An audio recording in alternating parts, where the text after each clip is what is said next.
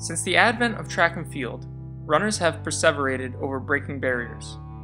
For whatever reason, athletes whose sport is defined by the symmetry of its competitions and its course take the greatest delight in finishing in times that are anything but symmetrical. These types of performances give us the greatest pleasure because in theory, they move us into a whole new echelon of runners. The ultimate example of this is the 4-minute mile barrier. In 1954, Roger Bannister became the first human to break 4 minutes in the mile and moved into an echelon all his own. He achieved this feat with the help of two training partners, Chris Chataway and Chris Brasher.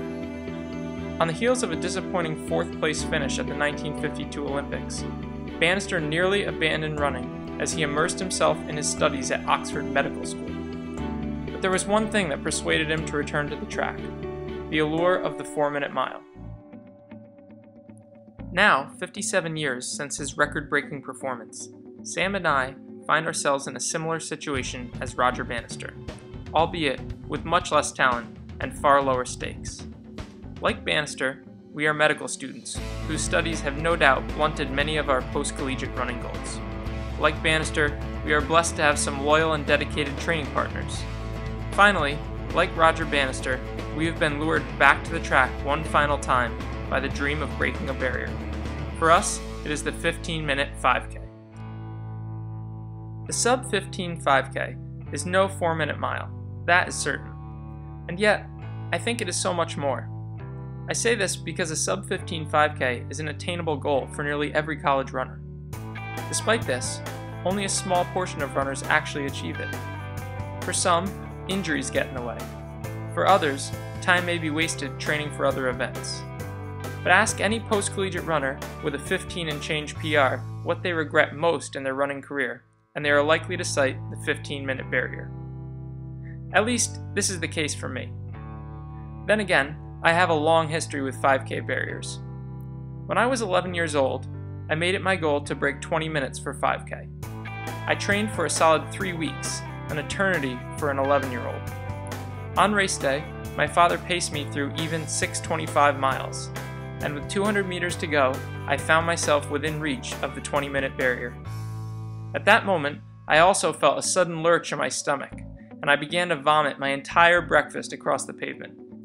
To the horror of the fans and spectators lining the course, my father swiftly grabbed me by the back of the shirt and proceeded to drag me the final 100 feet as I covered my race bib in Cheerios and red Gatorade. The volunteer in the finish chute deemed it prudent not to collect my vomit-covered number, and in the days before chip timing, this meant my finish time was not registered. Years later, I am 99% sure that I did not break 20 minutes that day. Instead, I learned a valuable lesson. The success of a 5K goal comes not necessarily in achieving it, but in generating a story you can tell about the journey. In December 2011, Sam and I will embark on a journey to break the 15-minute barrier. It may not be successful, but it will be epic.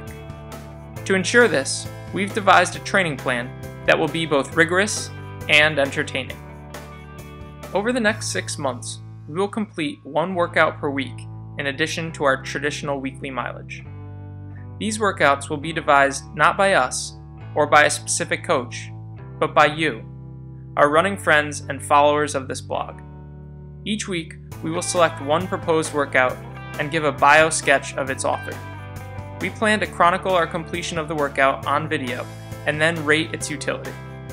At the end of each month, we may even complete a time trial to determine if the previous set of workouts have indeed brought us closer to the 15-minute barrier. This process will accomplish 2 objectives. First, it will provide a simple and straightforward record of the training required to break 15 minutes. This way, any of you following along at home can use the plan to break your own barrier. Second, it will lay accountability not just on Sam and I, but also on each and every person who contributes a workout. This way, we can blame other people if we fall short of our goal.